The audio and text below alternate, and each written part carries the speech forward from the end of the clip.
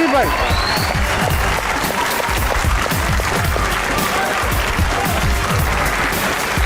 تہذیب بھائی بہت بہت خوش آمدید. بہت شکریہ. ویلکم ٹو اسنا منائے. شو کی روایت ہے جی جی کہ جو بھی گیسٹ آتا ہے شعر سناتا ہے, اور آج تو روایتوں کے امین آئے. آتا ہو. میں سناتا ہوں کہ ذہن سے یادوں کے لشکر جا چکے, واہ. وہ میری محفل سے اٹھ کر جا چکے, میرا دل بھی جیسے پاکستان ہے, سب حکومت کر کے باہر جا چکے. تشریف رکھیے. کیا بات. سب حکومت کر کے باہر جا چکے. واہ. تو پاکستان کی طرح دل کے حکمران بھی ہر سال بدلتے رہتے ہیں یا ایک ہی رکھتے ہیں؟ بہت ہیں. بہت. تہذیب بھائی ہم دونوں میں کافی چیزیں کامن ہیں, جیسے میں گڈ لکنگ ہوں اور آپ کو بھی اللہ تعالیٰ نے خوبصورت آنکھیں دی ہیں جو پہچان سکتی ہیں کہ میں گڈ لکنگ ہوں. مگر ایک اور چیز جو ہم دونوں میں کامن ہے وہ یہ ہے کہ ہم دونوں انجینئرز ہیں. اچھا ماشاءاللہ. میں نے تو اس لیے یہ آپشن چوز کر لیا کہ میں نے انجینئرنگ چیٹنگ کر کے پڑھی. آپ بھی نالائق ہیں. آپ بھی نالائق ہیں. آپ کے انجینئرنگ کے بعد یہ شاعر کیسے بن گئے؟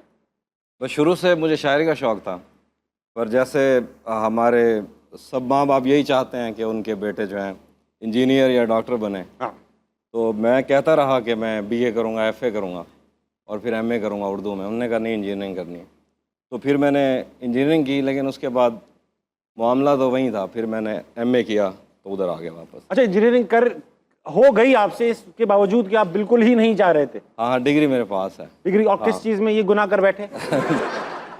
Soft where engineer. مجھے آتی نہیں سافٹ ویئر. مجھے لگتا تھا کہ تصویر آتی ہے نا, ہاں, وہ فلاپی نہیں ہوتی تھی پرانی, تب وہ ہوتے تھے, تو اس میں کاٹ کے ڈالتے ہیں پھر کمپیوٹر میں آتی ہے. مطلب اتنا مجھے انجینئرنگ آتی تھی, پھر بھی میں کر گیا ہوں. آپ نرم مزاج آدمی, آپ سے ہارڈ ویئر ہوتی بھی نہیں, آپ نے سافٹ ویئر کی. بہت.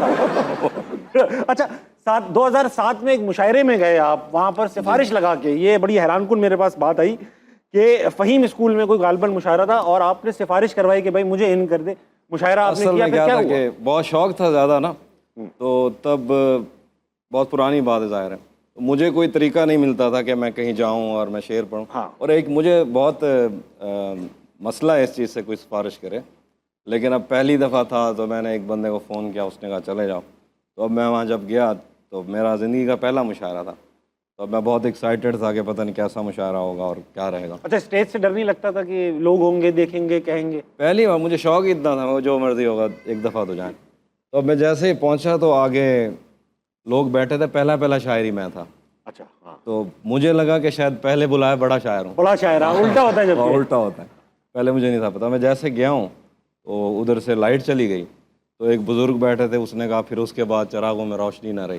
اس طرح کی باتیں کی, تو گھر آ کے میں بہت رویا بھی. اللہ. اس بزرگ کی بات پہ زیادہ رویا میں. انہوں نے آپ پہ طنز کر دیا؟ جی جی جی, انہوں نے طنز کر دیا. پھر وہ بزرگ کبھی دوبارہ کسی بڑے مشاعرے میں جہاں آپ کو داد وصول ہو رہی ہو ملے؟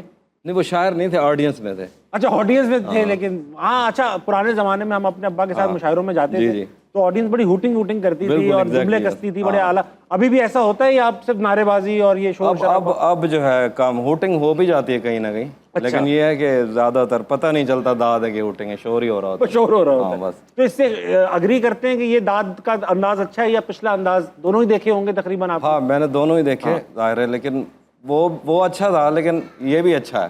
اب میرے نام کے نعرے بج رہے ہیں تو میں تو کیسے ہی کہوں گا کہ برا ہے. یہ بات بھی, یہ بات. اس میں یہ ہے کہ لوگ جو مشاعرے کی نظامت کر رہا ہوتا ہے وہ کئی دفعہ بتا بھی دیتا ہے کہ سیٹیاں نہ ماریں, کیا ماریں, تالیاں نہ ماریں. بندہ فارغ بیٹھے, کچھ نہ کچھ اس کو مارنے دے. اس ملک میں صرف مر رہے لوگ, اچھا ٹھیک, جہاں ان کو موقع ملے کچھ نہ کچھ مارنے کا انہیں مارنے. سیٹی کے علاوہ اور مار بھی کہہ سکتے ہیں پاکستان. تالیاں